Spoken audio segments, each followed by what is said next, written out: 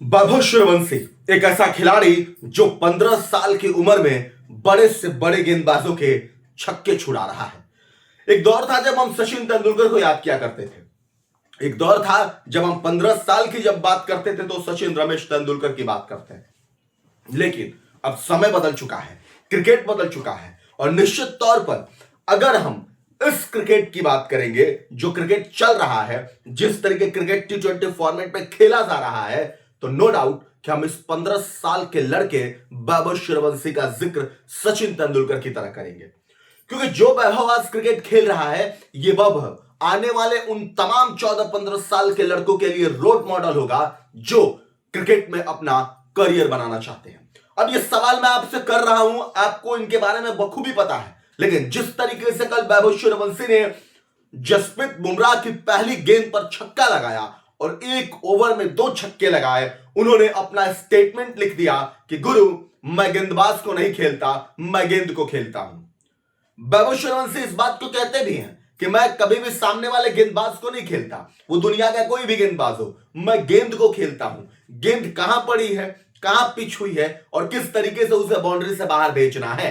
कल का मुकाबला जो एमआई और आरआर के बीच खेला गया, इस हार पर हार्दिक पांड्या ने क्या कहा, वैभव सूर्यवंशी को लेकर हार्दिक पांड्या ने क्या कहा, सब कुछ आपको बताएंगे। लेकिन उससे पहले एमआई पहले टॉस जीतती है और टॉस जीतने के बाद गेंदबाजी करने का फैसला करती है, क्योंकि बारिश हुआ था और बारिश होने की वजह से इस मुकाबले को 20 ओवर ना करके 11-11 ओवर का किया गया।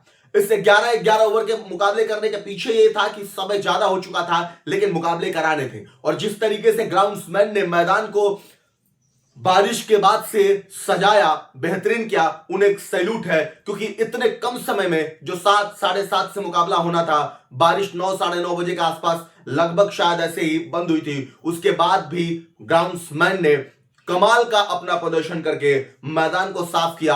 ऐसा लग ही नहीं रहा था कि उस मैदान पर बारिश भी हुई है। और उसके बाद ओपनिंग करने के लिए वैभव सूर्यवंशी और यशस्वी जायसवाल आते हैं, दोनों एक तरीके के खिलाड़ी। और कल जिस तरीके से यशस्वी जायसवाल ने बैटिंग की, उनको भी सैल्यूट है। जबरदस्त, शानदार, जानदार, मतलब ऐसी बैटिंग जिसको आप नकार नहीं सकते हैं, ऐसी बैटिंग जिसको लेकर के आप दरकिनार नहीं कर सकते हैं, आप अलग नहीं हट सकते। और नतीजा यह निकला कि 11 ओवर में उसी आरआर ने 150 रन बोर्ड पे लगा दिए। कहने के लिए 150 रन था, लेकिन ये 150 रन वो स्टेटमेंट लिख रहा था कि जीत की दहलीज पर आकर आरआर खड़ा है।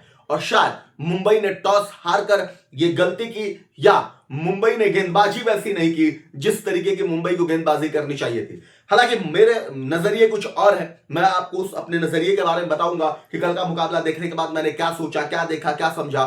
सबसे बड़ी बात यह है कि कल जिस तरीके से वैभव सूर्यवंशी ने बैटिंग की और यशस्वी जायसवाल ने बैटिंग की, इन दोनों बैटर के आगे मुंबई के गेंदबाज फेल थे। क्योंकि जसप्रीत बुमराह, बोल्ट, इसके बाद से आपके हार्दिक पांड्या, वो तमाम लोग गेंदबाजी करने के लिए आते हैं, लेकिन वो पीटे जाते हैं। क्योंकि उनका जो विजन था वो क्लियर था कि कोई दिक्कत नहीं है, निडर होकर खेलना, विकेट जाएगा जाएगा, 11 ओवर ही खेलना है, जरूरी नहीं है 20 ओवर को लेकर अपनी रणनीति बनानी है। और नतीजा ये निकला कि वैभव की शानदार पारी, कमाल की पारी, और उसके अलावा दूसरे छोर पर जो यशस्वी जायसवाल थे, उनकी जबरदस्त बैटिंग, और नतीजा यह निकला कि 150 रन बोर्ड पे निकल गए। इसके पीछे 2 कारण थे। पहला, जिस तरीके से एमआई के गेंदबाज को गेंदबाजी करनी चाहिए नहीं किया, वो चाहे वो जसप्रीत बुमराह हो या वो हार्दिक पांड्या हो या बाकी भी सारे गेंदबाज हो। क्यों शार्दुल ठाकुर ही क्यों ना हो? क्योंकि शार्दुल ठाकुर के अलावा दीपक चहर के पहले ओवर में 22 रन चला गया। आपको मतलब मुंबई के गेंदबाजों को इस तरीके से देख के मुझे यह लगा कि वो ये कह रहे हैं कि भाई मैं गेंद फेंक रहा हूं, मारी। हालांकि वहीं जब आरआर के गेंदबाजों को हमने देखा तो किस तरीके से रोहित परेशान हुए, रोहित, संदीप के सामने रोहित टिक नहीं पाते हैं। बाकी गेंदबाजों ने भी क्या सटीक गेंदबाजी की, चाहे जिस तरीके से विश्नोई ने गेंदबाजी की, तो कुल मिलाकर के पिच तो वही थी, गेंदबाजी वही गेंदबाज कर रहे थे।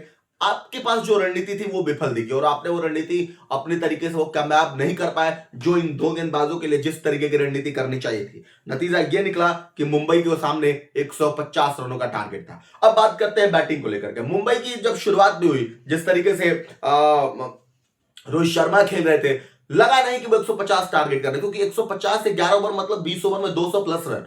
और इस नजरिए से जब आप खेलने के लिए आते हैं, आप पहले दूसरे 3-10 बोलो 2 ओवर का पावर प्ले है, पावर प्ले में आप कम रन बनाते हैं, क्योंकि पावर प्ले ही सेट करता है कि आपको आगे कैसे जाना है।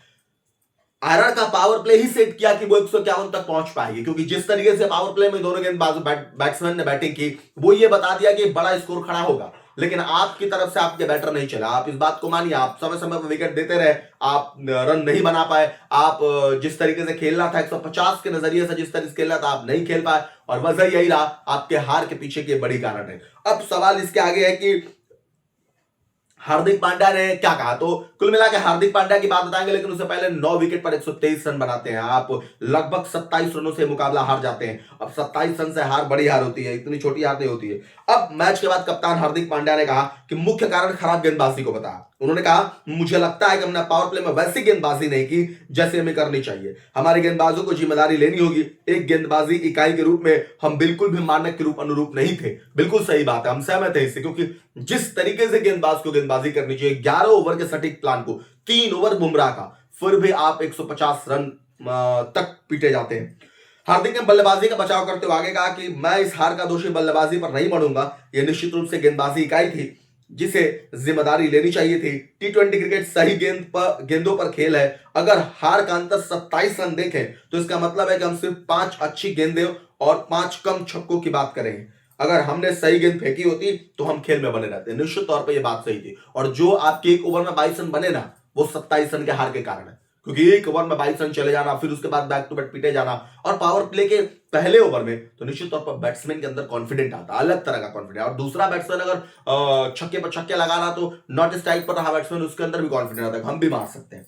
अब वैभव सूर्यवंशी को लेकर के सवाल पूछा गया, तो 15 साल के युवा सनसनी वैभव सूर्यवंशी की बल्लेबाजी को हार्दिक पांड्या काफी प्रभावित है। उन्होंने कहा कि यह 1 से 16 साल के लड़के को 16 से 17 साल के लड़के को इस तरह खेलते देखना काफी रोमांचकारी है।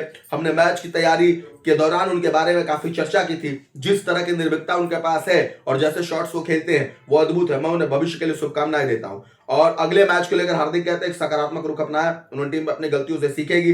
दार्शनिक अंदाज में कहा कि कल सुबह होगी, सूरज फिर निकलेगा, हमें बस अपनी गलतियों से सीखना है और आरसीबी के खिलाफ अगले मैच की तैयारी करनी है। तो कुल मिला के जो है वो वैभव की तारीफ, और वैभव की तारीफ बनती भी है। हार्दिक ने उनके सीने पर भी हाथ थपथपाया था, उन्हें वो ढाढ़स बंधाया, उन्हें कॉन्फिडेंस दिया, और निश्चित तौर पर ये खेल को, दृश्य को दर्शाता है। तो कुल मिला के भारतीय टीम के कई ऐसे खिलाड़ी हैं जो एमआई में है, और एमआई का इस तरीके से हारना अब आगे के रास्ते थोड़ी सी मुश्किल करेंगे अगर आप आरसीबी के खिलाफ अपना वापसी नहीं करते हैं। और आरआर की गाड़ी जो है, राजस्थान रॉयल्स की जो गाड़ी है, वो अब सवार हो चुकी है, क्योंकि 3 मुकाबले लगातार जीत चुके हैं। अब आपको कैसा लगा वैभव की बारी, हार, मुंबई इंडियंस की हार, और कप्तान हार्दिक पांड्या के स्टेटमेंट पर आप क्या कहेंगे, कमेंट करके जरूर बताएं।